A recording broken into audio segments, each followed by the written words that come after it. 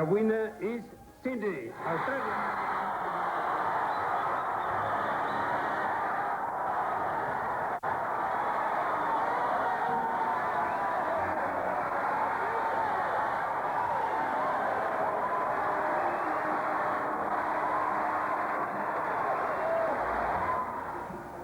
Good morning, welcome to 11 a.m. I'm Neil Mercer. What a night, what a day. History for Australia on the other side of the world when just after 4:20 a.m. Eastern Time, Sydney won the international race to host the year 2000 Games. It's been celebrations over there and of course here, and Lee Hatcher reports on how the triumphant day has unfolded. Good luck. Good luck. 112 sets of bone-white Sydney knuckles filed into the IOC conference hall to deliver what they hoped would be their king hit.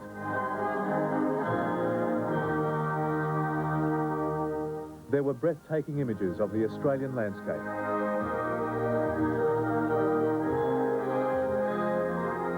And a powerful portrayal of a nation which loves its sport.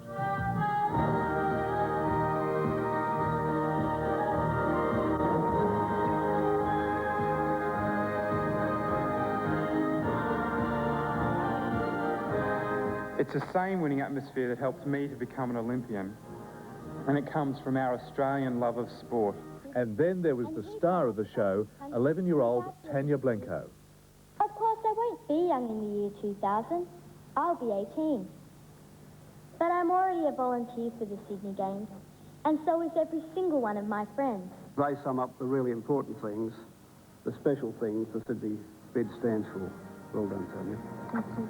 At the end of the day, this presentation probably tipped it Australia's way. Beijing led in all of the first 3 rounds, but was knocked out in the final round by the closest of margins. Sydney 45, Beijing 43. The winner is Sydney, Australia.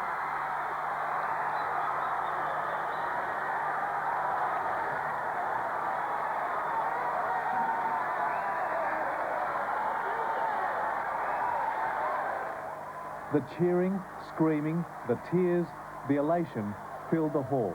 Absolutely thrilled for the people of Sydney, absolutely thrilled. It was that close. So, Sydney, you're magnificent. They did it. As excited as I've ever felt in my life, I think. Can I ask you how you feel? A great team effort.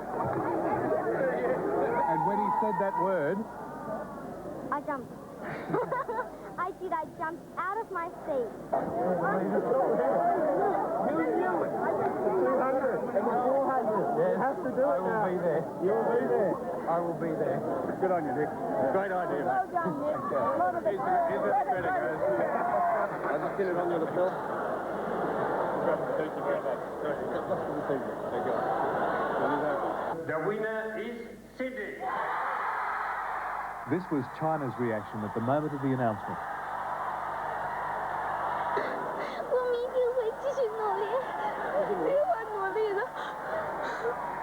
These girls were members of a Chinese youth choir who'd been singing Beijing's praises this week on the streets of Monte Carlo. A great decision for the International Olympic Committee, and I think a right decision for the Olympic spirit around the world. And at the Victory News Conference... And I just want to say to you back there in Sydney right now that turn to the person next to you. Give them a kiss, give them a hug. Sydney will now host the Games, as they say, at the dawn of the new millennium. They'll run for 16 days in exactly 7 years' time, costing $1.6 billion. And just as hundreds of people had worked so hard on this bid, and hundreds more had travelled here to Monte Carlo from Sydney, so they would party very hard.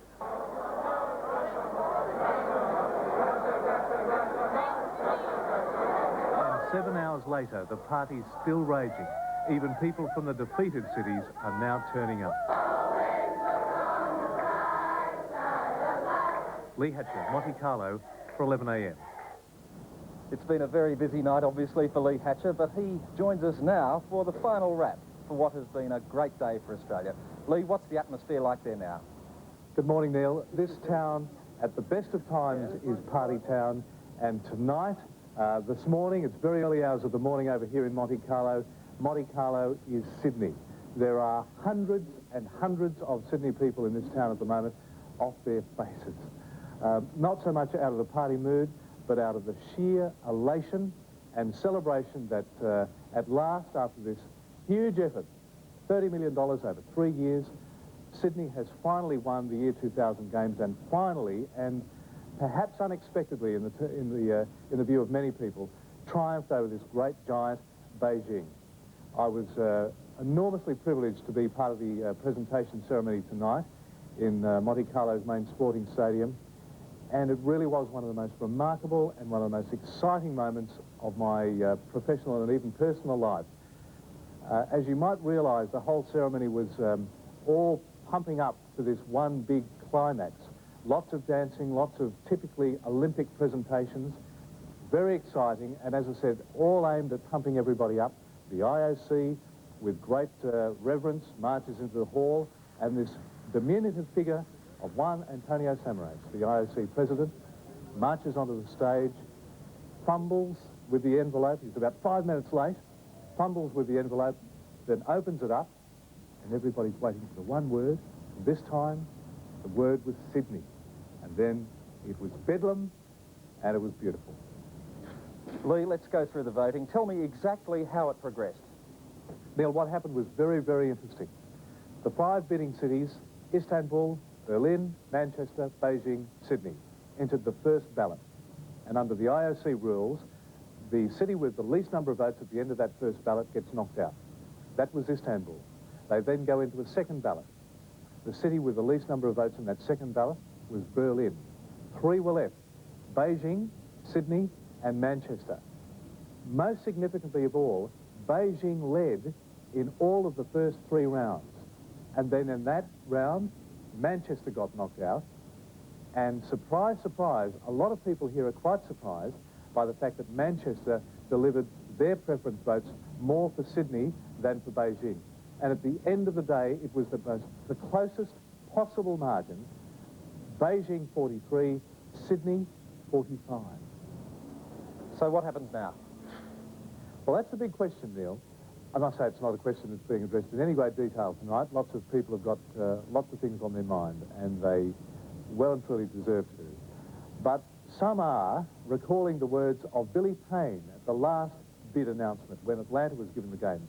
Billy Payne was the chairman of the Atlanta bid committee, and on receiving the games at the bid ceremony then said, well, what on earth do we do now? And there is a certain feeling of that here tonight, that after all of this process, after all of the hopes, all of the dreams, all the frustrations and setbacks and disappointments, Sydney's finally got the games for the year 2000. And they're starting to think, well, we've actually got to do something now. On the other hand, though, we've been aware here in Monte Carlo for quite some time this week of very detailed plans and very significant structures that will be set up from tomorrow on. There's a whole new organisation that swings into momentum to organise the year 2000 Games. 7 years' time, exactly, late September, and it seems that these people, based on their past experience, can do the job. I've been speaking for months and months and months to people, not only in Sydney, but in Switzerland, here in Monte Carlo. As you mix with the IOC crowd, people quite removed from Australia. And they've said about the Sydney Bid Committee, they are not like a bidding committee, they are more like an organising committee.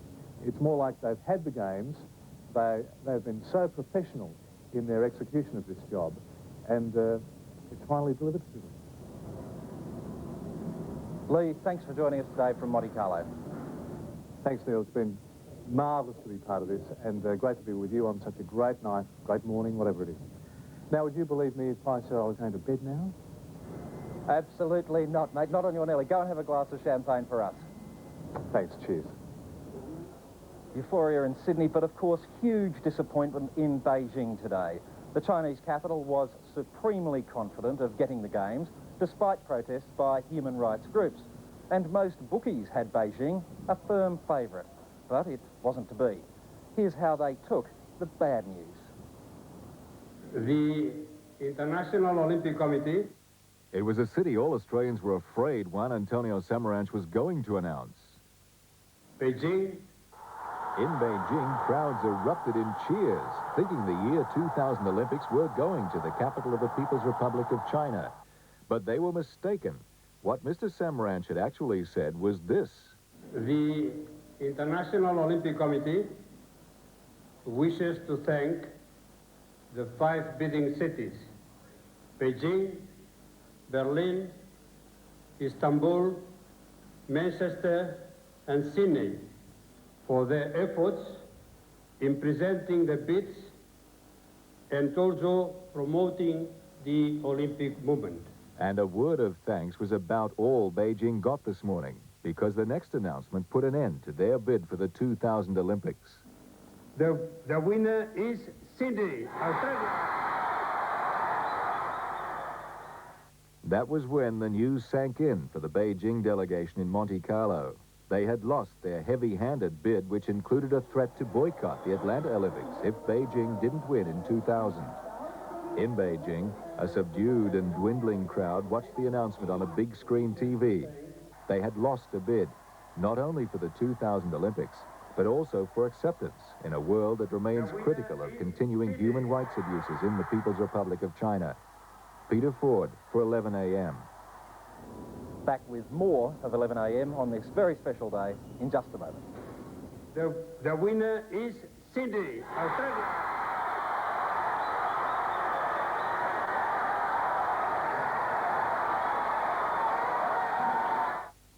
Welcome back. Well, back home, there were scenes of mass jubilation, to say the least, at the announcement.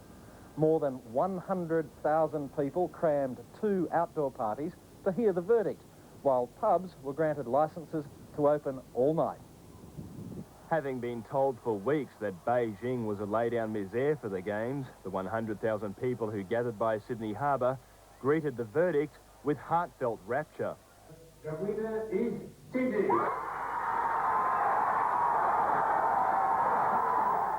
Organisers had said they'd only set off fireworks if we won. So for thousands living by the harbour and by Homebush Bay, this was how they heard the good news. Well, if anybody in Sydney was asleep at the moment, they've just been woken up by this almighty fireworks display. In the streets, it was bigger than New Year.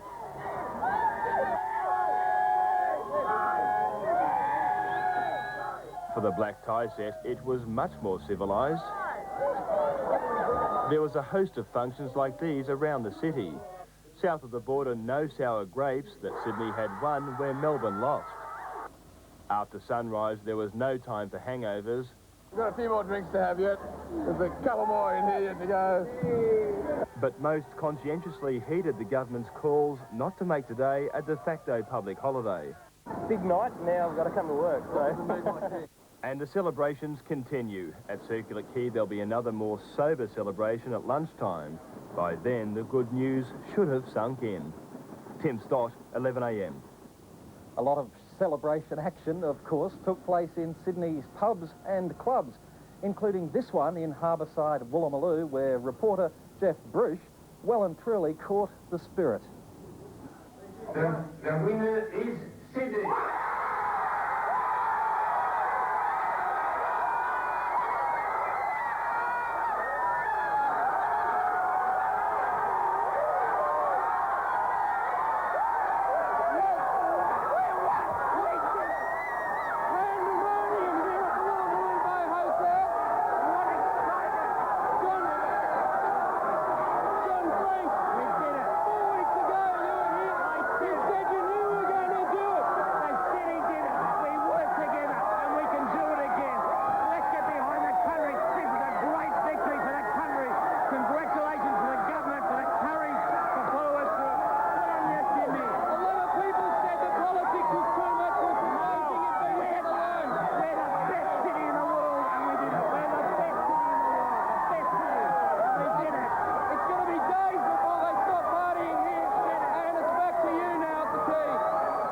A very wet Jeff Bruce. In Manchester, England, the mood, though, was much more subdued. But not our reporter, Mike Smithson. Well, hello, Australia. Welcome to Manchester. Night time here. As you can hear behind me, they're trying to look on the bright side of life here. It's been a huge gathering in Manchester. As the announcement drew near, Everyone had gathered in the square, 20,000 people here, all holding their breath, waiting for that magic moment, that big decision to come down. You could feel the tension in the air, everyone just praying, hoping it would be Manchester. But alas, Sydney, great news for Australia, but very sad news for Manchester. They put in a very credible bid, they thought at least. Work has been going on here for the last couple of years. The stadiums are all in place, or well on the way, should I say. The government backing here has been enormous in Britain, with the major government saying it will contribute as much money as needed to make the game successful in the year 2000. Transport facilities had been upgraded. The Manchester International Airport is second to none in the world. One of the big pluses Manchester thought too was that the travelling time to Manchester for more than 50% of the athletes would be less than 7 hours. But that's all history now. Sydney has the games, you beauty, and so all they can do here now is still celebrate. They're trying to make the best of it, and the partying will go on behind me for some hours to come yet. One thing you can say about the people of Manchester, they are a very cheery lot. They'll have a pint. I guess tomorrow it'll be business as usual. They may even say, well done, Sydney. So, from Mike Smithson in Manchester, a very good morning and congratulations to everyone in Sydney and Australia.